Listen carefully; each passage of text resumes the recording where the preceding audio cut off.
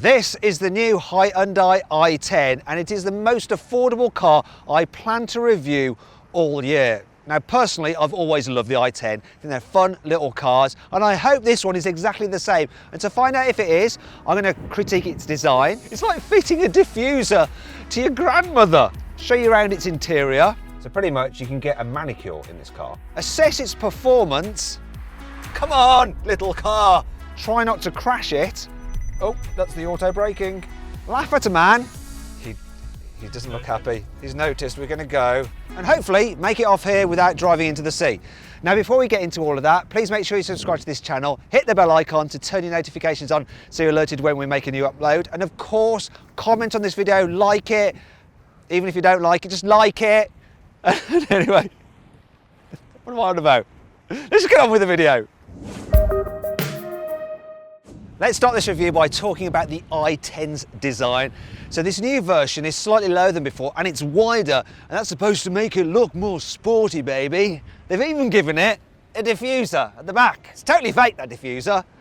Why would it fit a diffuser to this car? This one's only got 67 horsepower. It's like fitting a diffuser to your grandmother. Madness. There's no fake vents or fake exhaust. In fact, can't even see the exhaust here. It's underneath. It's a little pea shooter. It's quite cute actually. Moving down the sides, I like this. I like the fact that they've got i10 in the lights. That's pretty cool. These are the upgraded alloy wheels because this is the top specification version and they look like something off an Audi RS car. They're quite nice. As standard though, you get steel wheels. Moving on to here, i10 badging. They really like to let you know that, oh, I've come from there, I've forgotten that it's the i10. Good job they've reminded me within 30 centimetres, otherwise I would have forgotten. I think that's unnecessary. It would have looked better with just a black panel there. Like I said, the roof's lower than before, so it does look a little bit longer, even though it's not. Though the distance between the wheels is longer, which makes it have a more wheel at each corner stance, which yet again makes it look a bit sporty, well, sort of. Moving down the front. So these lights here, they kind of remind me of my Duracell torch. And the actual overall look at the front, especially the shape of the grille and the kind of pinched headlights, there's something of the new Ford Focus about this. There really, really is. Am I just seeing things or do you agree with me? Click on the pop-out banner up there to vote whether you think this looks like a Ford Focus but in miniature, or whether I'm just mad. So what's this little i10 like on the inside? Well, you've got to remember that this is a cheap car. So it does feel a little bit cheap in places. So there's hard, brittle materials absolutely everywhere, but let's test it. Oh no, look, we've got a bit of centre console wobble, but being a Hyundai, it probably will all stick together perfectly fine. Some of the materials actually, like that, I think I could file my nails on that, and then this part of the seat's quite rough that I could exfoliate my hands. So pretty much you can get a manicure in this car. But the actual look of it itself is quite cool. There's lots of swoops and shapes going on. There's this honeycomb pattern here on the door as well, and I really, really like the air vents. They feel solid. They're a bit like those that you get in the very latest Mercedes cars. It's all very acceptable, is probably the best word for it. Then there's this infotainment screen, which brings me on to this car's specs. The range kicks off with the SE and it gets a nice leather-covered steering wheel, leather-covered knob. You also get electric adjustment for the door mirrors and electric windows front and back. Yeah. The next level up is the SE Connect, and then you get this 8-inch touchscreen instead of the entry level's 4-inch screen, which isn't very nice.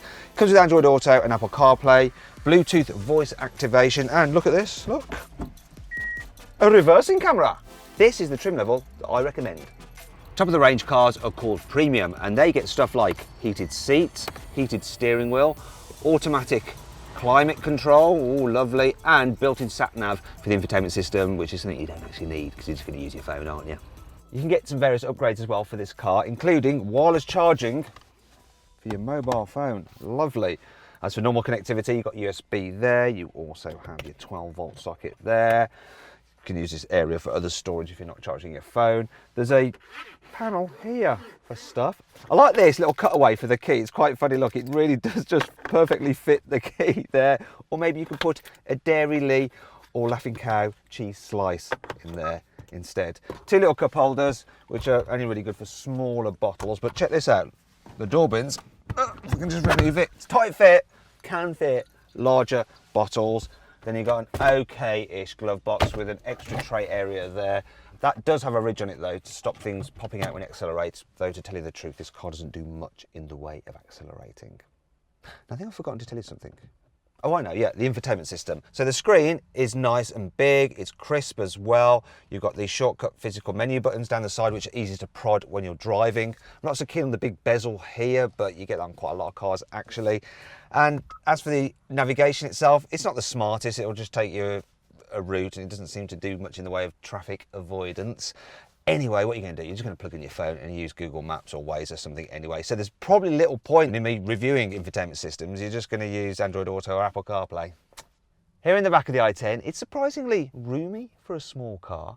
The actual length of the vehicle is the same as the old one. However, like I said at the beginning, they've moved the wheels outwards and the result is more interior space, most notably here in the back. So yeah, it's not a limo, but I've got enough knee room here, enough foot space, sit up straight, enough headroom. People 6 foot will probably just about be fine, which is really, really good for such a small little car. See what's also really good, look, come on, rear windows go all the way down. Yes, what a result, dead chuffed. Does feel a bit plasticky in the back here, but yeah, it's a cheap car, isn't it? And big door bins, which is a nice feature. And you've got ISOFIX anchor point switch. You can get it by poking the ISOFIX bit through the gap in the seats there like that. It's functional, it's fine. What do you expect? It's got a pass really, hasn't it, for a small car? Not bad at all. Let's check out the boot. The capacity is exactly the same as on the old i10, so 252 litres, which is precisely 1 litre more than you get with a Volkswagen Up. How's that for one-upmanship? Yeah, I need a new scriptwriter. Actually, I need a scriptwriter, that's the problem. Anyway, it's a decent enough size. You can see we can fit a pelly case in there. There's a bit of a lip though, so my back a bit. Oh, yeah. But you're probably wondering what happens when you fold the seats down. Oh no, look, there's a huge ridge. How am I going to slide things right to the front of the car? Although, look, I can pretty much reach the front of the car from here. Don't worry, you get an adjustable boot floor. Look, like on something such as a Volkswagen Golf. Come on. The question is, can I fit it? And I did fit it. Look, sort of. That'll do. Look, there we go. Now you can slide things to the front. Look, I'll get this back again. Oh, there we are. See, not too bad at all. Shame they just didn't have it a bit higher so you then have absolutely no boot lip. Anyway, that brings me on to 5 annoying things about the new Hyundai i10. For some reason, there is no grab handles in the back. So if someone's driving quickly, you're going to have to grab onto the coat hook to stop yourself flailing about all over the place. The indicator sounds like a dripping tap. So you're going to be like, do I need to call a plumber? I know this is a cheap car, but I'm sure Hyundai could have stretched to 2 little pieces of string to prop up the load cover when you open the tailgate. And I just wish this load cover would fit underneath that false floor, but no matter how hard I try, it doesn't. You know what that means? Yes, it does. I hope it's not broken. The stereo on this car is really, really puny. On the entry-level version, you don't even get speakers in the back, and even on this top-of-the-range car, it doesn't sound very good at all. Have a listen to this. Yeah, it's long enough before we have to start paying for copyright, but yeah, if you love your tunes, you're not going to love this stereo. Well, there is height adjustment on the steering wheel. Annoyingly, there is no reach adjustment. Definitely not. Thankfully, this car has plenty of cool features to help make up for all this. Here's 5. This car comes with so many safety features as standard, such as auto emergency braking and lane departure warning. You can get a special Hyundai app called Blue Link to connect to your car so you can control various features from your phone. I'm not going to do it all now because there's a lengthy registration process. This car has an SOS button, so if you're involved in an accident, you can press it to call the emergency services. And it's covered by a little screen there, so your kids don't just press it for fun to annoy you. Though I wonder what happens if you have an accident and you're bleeding out and you're just struggling to get this cover off. Oh.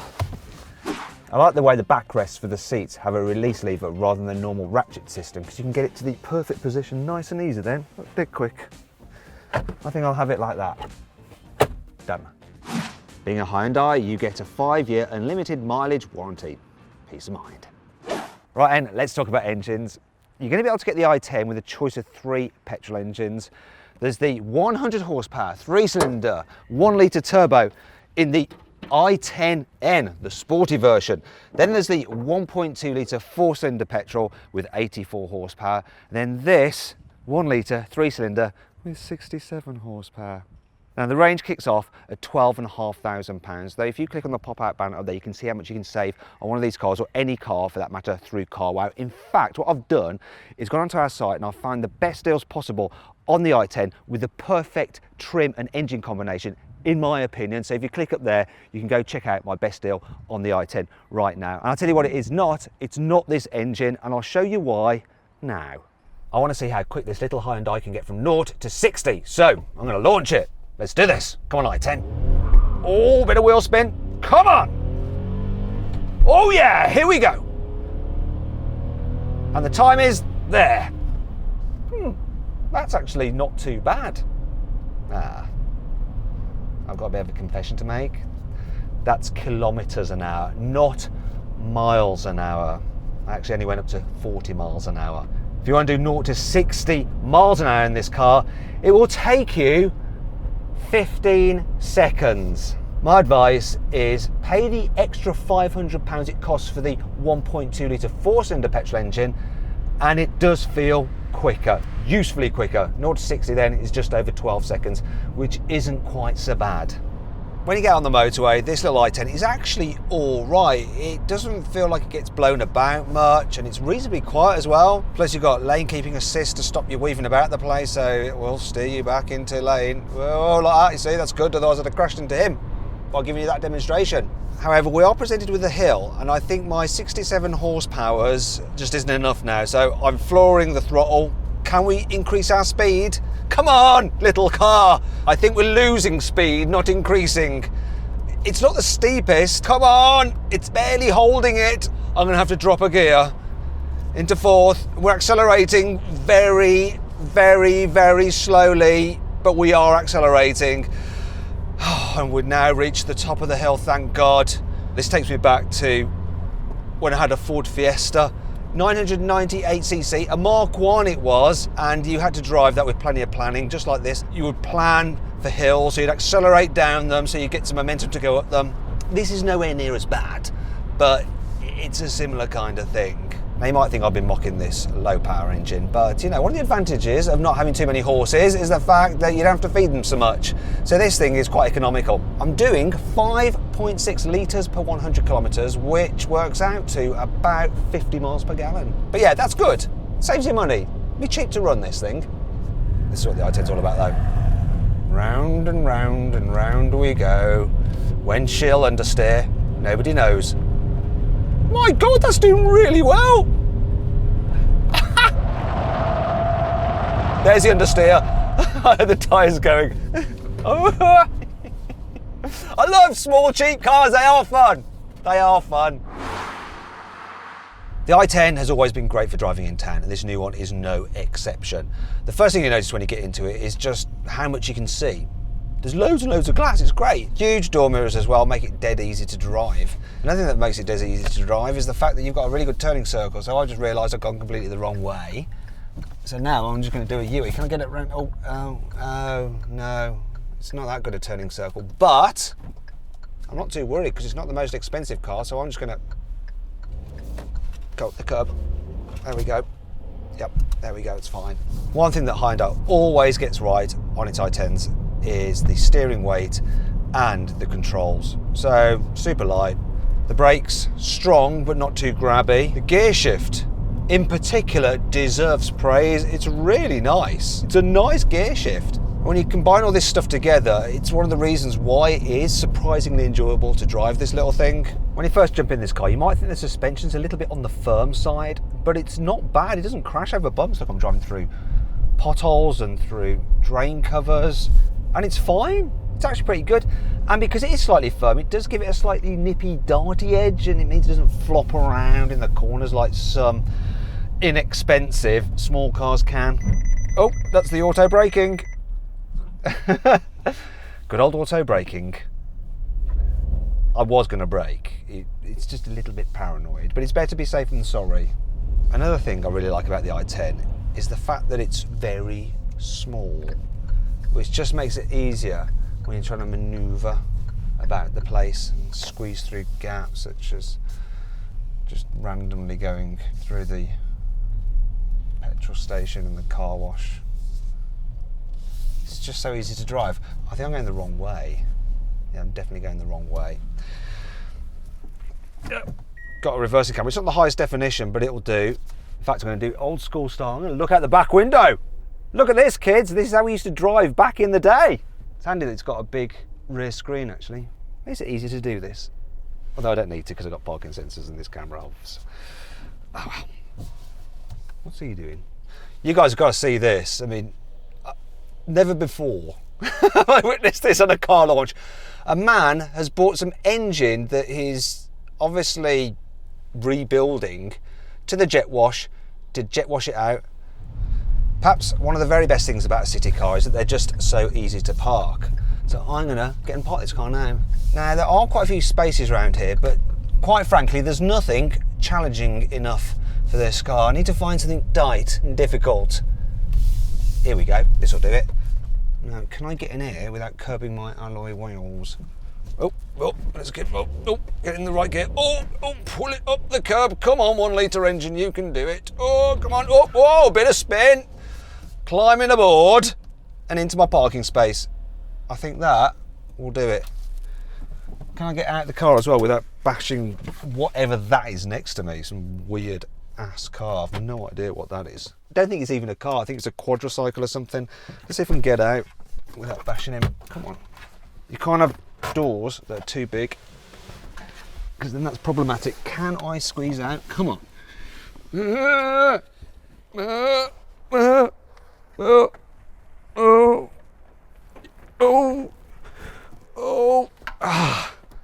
There we go, right. Hopefully they won't bash my door. Shouldn't do, unless I've got a passenger who's a bit tubby. There, all done. Not bad. I would say that is a definite pass.